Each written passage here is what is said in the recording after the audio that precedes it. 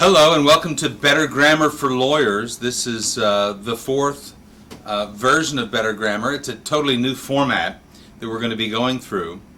We might talk about a little bit about what exactly is good grammar. What exactly is it? It's a matter of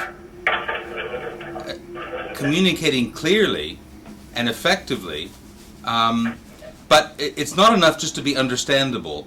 You also want to be credible. It's important to achieve credibility as well, and that is to use the language the way educated speakers write and speak.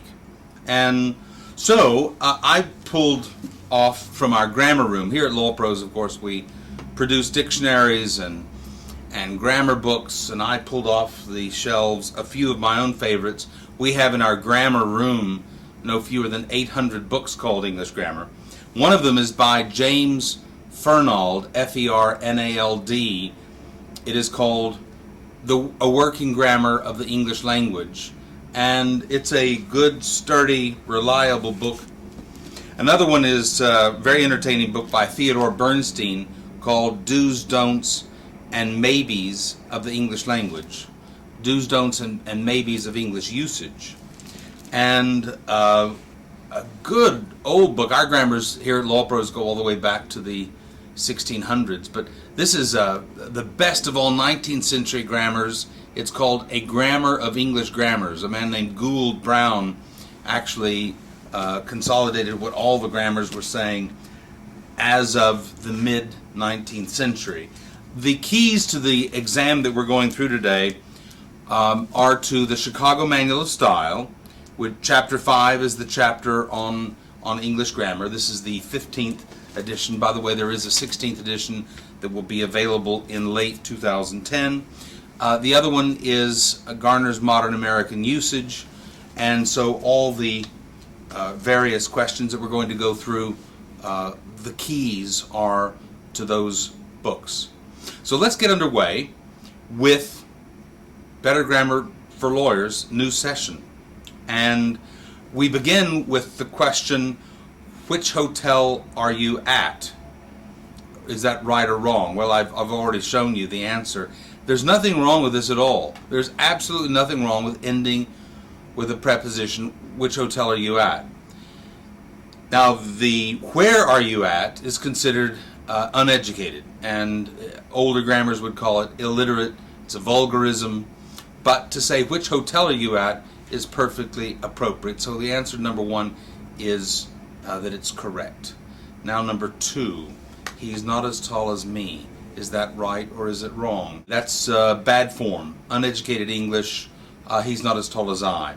As is a conjunction with a, it's not a preposition, so it has the implied verb am. He's not as tall as I am.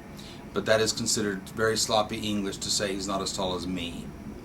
Number three, I'm not sure where I'm at. That is considered a vulgarism. It is considered bad English. It's not putting the at the end of the sentence that's a problem. It is the combination of where and at which is redundant. But this is very typical of uneducated speech. And part of what a lawyer does, of course, is to care about good grammar, because you want to have credibility. And of all the people in your life, you as a lawyer are expected to use words better than most. Question number four, you work faster than, this should be she. You work faster than she. What we're going through essentially today are lots and lots of markers. They are markers that suggest that you either know what you're doing, that you're sure-footed with the language, or that you are not. This is flat-footed. It should be you work faster than she does. The word does is implied there to number four. Number five, I would like Jim and he. Very bad English. Again, that's a marker. It's a linguistic marker that would make you think that whoever says that is just not fully literate. I would like Jim and him. I don't love the rhyme of Jim and him, but if those are the people you're talking about, then you're going to have to say it that way. Number 26, Has the partner or his associate arrived yet? The or is called a disjunctive if you have two singular items, partner and associate, but joined by or, it's going to be singular. And so that is right as it stands. Has the partner or his associate arrived yet? Number 27. Have either of your children. Well, if you say either, that means two. Has either one of your children. This should be has, not have. So 27 is wrong.